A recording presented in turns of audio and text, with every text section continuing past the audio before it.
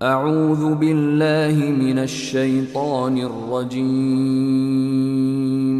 بسم اللہ الرحمن الرحیم۔ اللہ تبارک و تعالیٰ کے پاکیزہ نام سے آغاز کرتے ہیں جو بڑا مہربان اور نہایت رحم والا ہے۔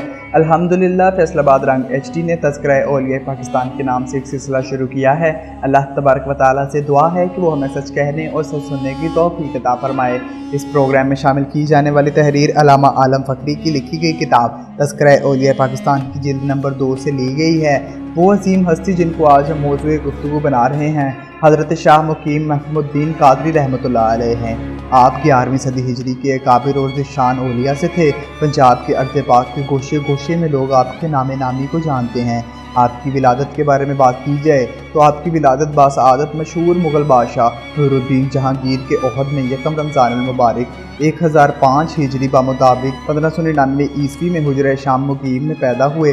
آپ کی پیدائش سے پہلے اسے حجرہ ہی کہا جاتا تھا۔ آپ نے جوان ہونے تک مختلف حضرات سے قرآن حدیث اور دین کا بنیادی علم حاصل کیا۔ آپ کو بچپن میں جو ماحول میسر آیا وہ فقیرانہ اور درویشانہ تھا، اس لیے جوانی کے عالم میں ہی آپ حصول روحانیت کے لیے طریقت کی طرف راغب ہوئے۔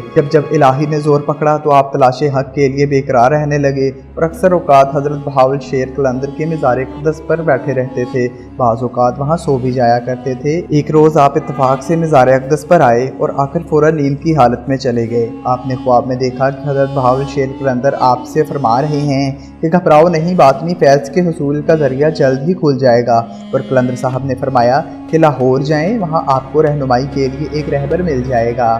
اس خواب کی کچھ دیر کے بعد آپ مرد حق کی تلاش میں لاہور کی طرف چل دیے۔ راستے میں آئے تو ایک مقام پر آپ کو شاہ بدیع الدین المعروف شاہ مدار ملے۔ انہوں نے کہا کہ بیٹا، معلوم ہوتا ہے کہ تم کسی مرد کامل کی تلاش میں لاہور جا رہے ہو۔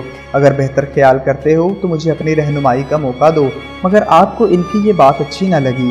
آپ نے اس پر اپنے جد بزرگوار حضرت بہاول شیر قلندر کا تصور کیا تو تصور میں حضرت نے فرمایا کہ میں لاہور ہی جاؤں گا۔ اس پر حضرت شاہ مدار رحمۃ اللہ علیہ نے آپ کو راستہ چھوڑ دیا اور آپ کو ایک نیلی کمر بند کا تحفہ دے کر رخصت کیا۔ آخر آپ وہاں سے رخصت ہو کر لاہور میں پہنچے۔ میانی صاحب کا قبرستان اس دور میں لاہور کی آبادی سے باہر واقع تھا۔ آپ کو رات ہو گئی اور آپ میانی صاحب کی ایک مسجد میں رات گزارنے کی نیت سے ٹھہر گئے۔ اس مسجد میں ٹھہرنا کیا تھا کہ آپ کا مقصد حل ہو گیا اور آپ کی ملاقات شاہ جمالی اللہ سے ہو گئی۔ انہوں نے آپ کو بیعت کیا اور ایک نگاہ میں روحانی دولت سے مالا مال کر دیا۔ وہاں سے حصول نعمت حاصل کرنے کے بعد واپس حجرہ شریف میں چلے گئے۔ اس کے بعد آپ نے زہد و عبادت میں کثرت کی راہ اختیار کی۔ شب و روز اللہ کے ذکر میں گزارنے لگے۔ جو عبادت الہی اور مراقبہ میں مستفرق ہوئے تو آپ پر اسرار باطنی کھلتے گئے۔ آخر کچھ عرصہ کے بعد آپ روحانیت میں کامل ہو گئے۔ پھر آہستہ آہستہ دور نزدیک آپ کی روحانیت کا چرچا پھیل گیا۔ آپ کے علمی مقام کی بات کی جائے تو اللہ تعالیٰ نے آپ کو روحانیت کے ساتھ علم و فضل میں بھی بڑا کمال عطا فرمایا تھا۔ آپ نے ایک دفعہ فصوص الحکم کا درس دینا شروع کر دیا۔ اس درس کی شہرت بہت پھیلی۔ یہ خبر حضرت مولوی عبدالحکیم سیالکوٹی کو بھی مل گئی۔ انہوں نے سوچا کہ حجرہ میں جا کر دیکھنا چاہیے کہ فصوص کا درس کیسے ہوتا ہے۔ آخرکار ایک روز درس میں حاضر ہوئے اور دل میں بہت سوالات سوچے، مگر جو ہی آپ کے درس میں شامل ہوئے تو سب سوال ذہن سے نکل گئے، مگر پھر بھی جرأت کر کے سوال کر دیا۔ آپ نے اس وقت سوال کا جواب نہ دیا۔ جب مجلس برخاست ہوئی تو ایک خادم کی طرف آپ نے نظر فرمائی۔ اس نے مولوی صاحب سے کہا کہ مولوی صاحب، عبادت کے بارے میں جس شک کا اظہار آپ نے کیا ہے وہ اس طرح نہیں بلکہ یوں ہے، جس سے مولوی صاحب کی تسلی ہوئی اور وہ آپ کے علم کے قائل ہو کر واپس لوٹے۔ ایک دفعہ کا واقعہ ہے کہ ایک رات آپ حجرہ شریف کے پاس ایک گاجروں کے کھیت کے پاس سے گزرے۔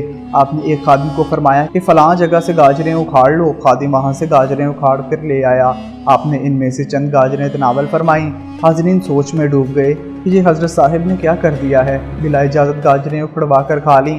یہ کام تو بزرگوار کے شایان شان نہیں ہے۔ صبح ہوئی تو گاجروں کا کاشتکار آپ کی خدمت اقدس میں حاضر ہوا اور عرض کرنے لگا کہ حضور، میرے کھیت میں گاجریں لگی تھیں اور اس کھیت کے ایک کونے کی گاجریں آپ کے خادموں اور آپ کے لیے وقف کر رکھی تھیں، مگر آج رات اس جگہ کی گاجروں کو کوئی اکھاڑ کر لے گیا ہے۔ اب میں کیا کروں؟